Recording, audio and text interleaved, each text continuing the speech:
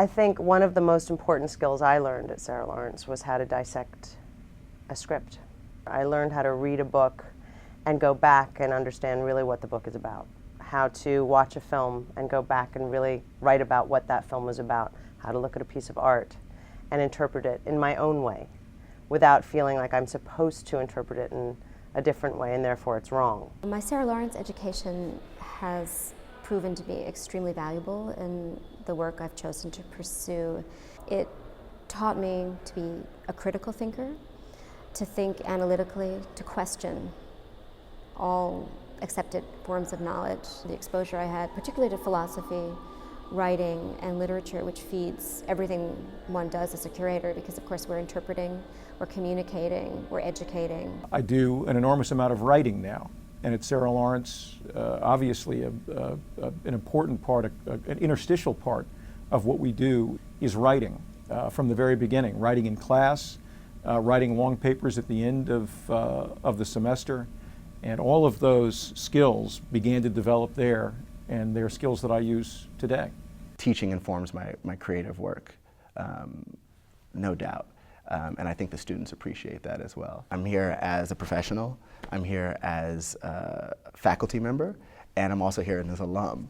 So in a given day, there's 3 pieces of me operating, and so I'm listening to my students and seeing myself in them, and knowing all the tricks, and having high expectations. But I'm also totally inspired by them creatively. That's one of the remarkable things about the place, is that you have a lot of flexibility. I took filmmaking, I took theater, all of which has been very useful in developing ways in which you can present scientific information and make it more accessible. I took a class at Sarah Lawrence called Due Process of Law, and it had not really occurred to me before I took that course to become a lawyer.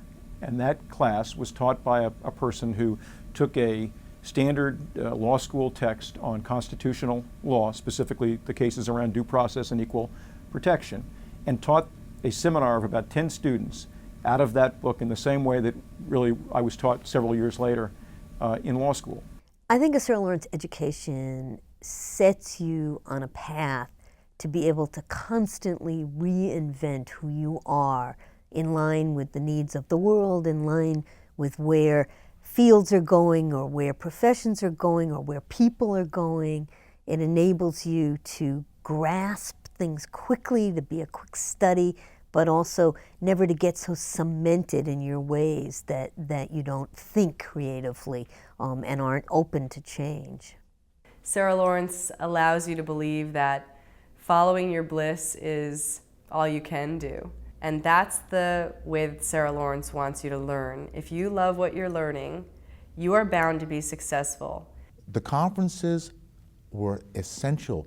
And in fact, I would say that my ability to discuss and talk about what I do stems from my Sarah Lawrence time. You learn to read differently, and you learn that it's never closed. Most things require you to go back and look at them again. I mean, I went from psychology and studying young kids at the Early Childhood Development Center to French, to creative writing, to English lit, to film history, to art history, and theater. And I loved every single course, and it rounded me out as a human being to be able to then say, okay, this is now what I want to do. I'm going to act. And I still take every single part of those classes and bring them to my work in some way.